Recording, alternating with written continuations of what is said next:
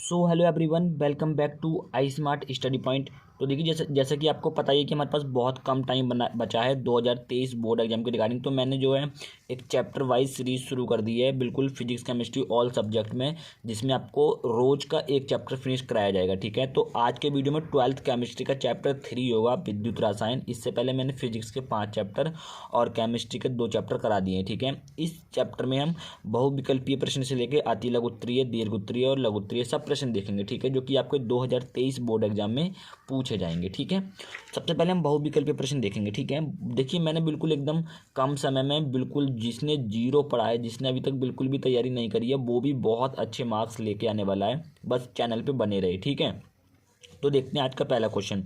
बहुविकल्पीय प्रश्न में पहला क्वेश्चन क्या आएगा, देखिए इस चैप्टर से पहला क्वेश्चन है, किसी भी इलेक्ट्रोड का इलेक्ट्रोड विभव निर्भर करता है किस पे? धातु की प्रकृति पर, विलयन के ताप पर, विलयन की मोलरता पर, या फिर इन तीनों में से कोई नहीं, या फिर इन सभी पर। तो इसका ऑप्शन नंबर ई आपका बिल्कुल करेक्ट हो जाएगा, इन सभी पर, यानी कि धातु की प्रकृति पर और विलयन के ताप पर और विलयन की मोलरता पर जो इलेक्ट्रोड है वो इलेक्ट्रोड विभव है वो उस पर निर्भर करता है। ठीक है, तो ऑप्शन नंबर ई आपका बिल्कुल करेक्ट हो जाएगा। ठीक है, मैंने ऑप्शन नंबर ई जान थोड़ा सा कंफ्यूज आपको कर दिया इसमें, बाकी इसमें 4 ही ऑप्शन आएंगे, दिक्कत वाली कोई बात नहीं है। ठीक है, अगला क्वेश्चन है, धातु जो सरलता से ऑक्सीकृत हो जाती है क्या है? कॉपर Cu यानी कि सिल्वर Ag यानी कि Al एल्यूमिनियम यानी कि Pt प्लेटिनम यानी कि। ठीक है, तो इसका ऑप्शन नंबर सी बिल्कुल करेक्ट हो जाएगा, एल्यूमिनियम जो है वो सरलता से ऑक्सीकृत हो जाती है। ठीक है, अगला क्वेश्चन है, अच्छे चालकत्व विलयन वाले पदार्थ हैं, दुर्बल विद्युत अपघट्य, प्रबल विद्युत अपघट्य। देखिए मैंने 2 टाइप्स के आपको विद्युत अपघट्य पढ़ाए थे, एक दुर्बल और एक प्रबल। ठीक है, या फिर विद्युत अपघट्य सिर्फ, या फिर उत्प्रेरक। तो इसका ऑप्शन नंबर बी बिल्कुल करेक्ट हो जाएगा, प्रबल विद्युत अपघट्य जो होते हैं वो अच्छे चालकत्व होते हैं विलयन वाले पदार्थ के। ठीक है, अगला है विशिष्ट चालकता की इकाई है, ये आपको मैं फिजिक्स में पहले से पढ़ा चुका हूँ, अभी मैंने कुछ दिन पहले शायद चैप्टर 4 में पढ़ाया था आपको। विशिष्ट चालकता और विशिष्ट प्रतिरोध तीनों पढ़ाए थे ना, आपको ध्यान होगा। ठीक है, जो आपका विशिष्ट प्रतिरोध का व्युत्क्रम जो था वो विशिष्ट चालकता कहलाती है, आपको ध्यान होगा। विशिष्ट प्रतिरोध का जो व्युत्क्रम होता है वो विशिष्ट चालकता कहलाती है, ये आपको मैंने फिजिक्स में पढ़ा दिया है पहले, वही यहाँ पे है। ठीक है, विशिष्ट चालकता की इकाई क्या है, जो इसका मात्रक है वो आपको बताना है, सेंटीमीटर की power -2 ohm inverse, centimetre ohm inverse, तुल्यांक inverse, centimetre inverse ohm inverse, centimetre की पावर -2 या फिर ओम। तो इसका ऑप्शन नंबर सी आपका बिल्कुल करेक्ट हो जाएगा, सेंटीमीटर इनवर्स ओम इनवर्स। ठीक है, तो ऑप्शन नंबर सी आपको ध्यान में रखना है। ठीक है, कॉम्पिटिटिव एग्जाम में भी पूछे जाते हैं ये, आगे जाकर ध्यान रखिएगा इनको। ठीक है, आप क्वेश्चन नंबर 5 हम देखते हैं। क्वेश्चन नंबर 5 हमारे पास क्या है, तो क्वेश्चन नंबर 5 पे, तनुता बढ़ाने पर विशिष्ट चालकता क्या होती है? बढ़ती है, घटती है, स्थिर रहती है, या इनमें से कोई नहीं। तो ऑप्शन नंबर इसका बी बिल्कुल करेक्ट हो जाएगा कि अगर आप तनुता बढ़ाएंगे तो जो विशिष्ट चालकता है वो क्या होती है? घटती है। ठीक है, छठा क्वेश्चन क्या है अपने पास, छठा क्वेश्चन है कि जल के विद्युत अपघटन में बनी ऑक्सीजन तथा हाइड्रोजन का भारात्मक अनुपात है 2:1, 8:1, 16:1 या फिर 1:4। तो इसका ऑप्शन नंबर ए बिल्कुल करेक्ट हो जाएगा, 2:1। आप इसके सूत्र से भी देख सकते हैं, सूत्र क्या होता है, H2O फॉर्मूला होता है। तो हाइड्रोजन कितने हैं इसमें? 2 हैं, और ऑक्सीजन कितना है? 1 है, तो 2:1 हो जाएगा। ठीक है ना, चलिए आगे देखते हैं अब अति लघु उत्तरीय प्रश्न देखते हैं। अति लघु उत्तरीय प्रश्न कौन कौन से होंगे इस चैप्टर से। ठीक है, बहुत इंपॉर्टेंट है आपके सारे के सारे क्वेश्चन, आप ध्यान से रखिएगा इनको। ठीक है, पहला क्वेश्चन आएगा अति लघु उत्तरीय में कि किसी से के विद्युत वाहक बल से क्या तात्पर्य। ठीक है, किसी सेल होगा यहाँ पे। ठीक है, किसी सेल के विद्युत वाहक बल यानी कि ईएमएफ से क्या तात्पर्य है।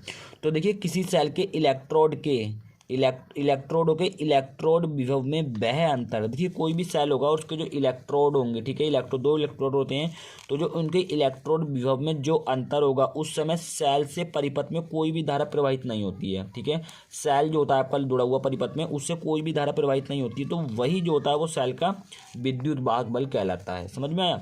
ठीक है, कि किसी सेल के इलेक्ट्रोडों के इलेक्ट्रोड विभवों में वह अंतर जब किसी सेल से परिपथ में कोई भी धारा प्रवाहित नहीं होती है, नहीं बहती है, तो सेल का विद्युत वाहक बल कहलाता है। समझ में आया? अब देखिए कुछ क्वेश्चन है जो आपको खुद सॉल्व कर लेने हैं, क्योंकि इतना टाइम नहीं है मेरे पास और इतना इंटरनेट भी मेरे पास अभी उपलब्ध नहीं है कि मैं ये सॉल्व करा के आपको वैसे मैंने टॉपिक वाइज में कराया है, ऐसी कोई बात नहीं है, लेकिन एक वीडियो में सॉल्व करना थोड़ा सा दिक्कत करेगा मेरे को भी, लेकिन मैंने टॉपिक वाइज में सॉल्व करा दिया है सारे के सारे क्वेश्चन। आप जो प्लेलिस्ट चेक कर लीजिए। ठीक है, टॉपिक वाइज में आपको मिल जाएगा नो डाउट। ठीक है, जैसे एक टॉपिक मैंने करा दिया, दूसरा टॉपिक, तीसरा टॉपिक, ऐसे मैंने कराए सारे के सारे बहुत टाइम पहले से, लेकिन जो अभी तक जिसने नहीं पढ़ा उसके लिए। ठीक है, तो इनको सॉल्व कर लीजिएगा, बहुत अच्छे मार्क्स आपके आ जाएंगे। अगला क्वेश्चन क्या है, कॉपर सल्फेट के विलयन में लोहे की कील डालने पर क्या होता है, ये आपको बताना है। विशिष्ट चालकता से क्या तात्पर्य है, अभी हमने विशिष्ट चालकता दिखाया था। ठीक है, तो इसको मैंने बीसी चालकता आपको बताया था, इसको देख लीजिएगा। और इसका मात्रक क्या है, मात्रक भी मैंने आपको ऊपर बताया था, ठीक है। और यहाँ पे कोलराउस का नियम क्या है, ये बहुत इंपॉर्टेंट है। मोलर चालकता तथा तुल्यांक चालकता में क्या संबंध है, बहुत ज़्यादा इंपॉर्टेंट है, ठीक है। दोनों सारे चार क्वेश्चन देख लीजिएगा, सब जो अति लघु उत्तरीय प्रश्न है। आगे हम देखेंगे लघु उत्तरीय प्रश्न, ठीक है। चारों क्वेश्चन बहुत इंपॉर्टेंट है, अच्छे से कर लेंगे सारे क्वेश्चन, छोड़ना कोई भी नहीं। अगला क्वेश्चन देखते हैं, न्यू पेज पे है। तो अगला क्वेश्चन है फैराडे के विद्युत अपघटन के नियमों को समझाइए। ये क्वेश्चन भी बहुत इंपॉर्टेंट है, बहुत बार आपके एग्जाम में आया हुआ है, ठीक है। अब हम लघु उत्तरीय प्रश्न देखेंगे। टिप्पणी कीजिए, टिप्पणी करनी पड़ेगी आपको मानक इलेक्ट्रोड विभव पे, या खाली इलेक्ट्रोड विभव भी कह देता है, ठीक है वो। तो इन पर टिप्पणी करने के लिए आपको दे सकता है कि टिप्पणी कीजिए दो तीन चीज़ें, विद्युत कण संचलन, ठीक है, पैप्टीकरण, ये वगैरह ऐसी दे सकता है आपको, तो उनको देख लीजिएगा अच्छे से, ठीक है। दूसरा क्वेश्चन इसमें आएगा, प्रबल तथा दुर्बल विद्युत अपघट्टों को उदाहरण सहित समझाइए। केमिस्ट्री में उदाहरण सहित बहुत पूछता है, ठीक है, उदाहरण सहित आपको करना है, जिसके भी उदाहरण आपको मिलेंगे, ठीक है।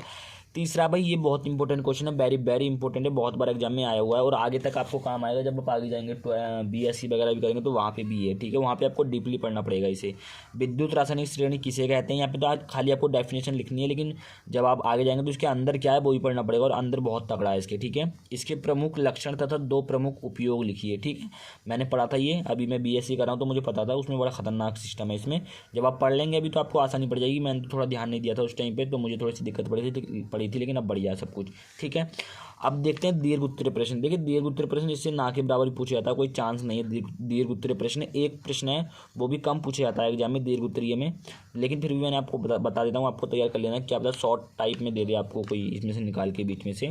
मानक हाइड्रोजन इलेक्ट्रोड का सचित्र वर्णन कीजिए तथा इसकी एक उपयोगिता भी बताइए। यानी कि मानक इलेक्ट्रोड विभव जो है, मानक हाइड्रोजन इलेक्ट्रोड जो है, उसको आपको चित्र के साथ बताना है क्या है, कैसा सिस्टम है इसमें, और उसका एक उपयोग भी बताना है, ठीक है। तो ये आपका चैप्टर नंबर 3 जो फिनिश होता है। नेक्स्ट वीडियो में हम चैप्टर नंबर 4 के साथ उपस्थित होंगे, और चैप्टर जो 5 के आगे फिजिक्स के भी कराने वाले हैं, बाकी हिंदी और मैं इसकी वीडियो भी जल्दी लेकर आने वाला हूँ, ठीक है। बाकी मेरा भी एग्जाम है इंडियन कोस्ट गार्ड का 20 तारीख को, तो थोड़ा सा वीडियो दिक्कत कर रहा है क्योंकि मुझे भी पढ़ना पड़ता है, फिर स्कूल भी है, स्कूल में पढ़ाना पड़ता है क्योंकि टीचर हूँ, आपको पता ही है जैसा कि, तो मैनेज करना पड़ता है सारा कुछ।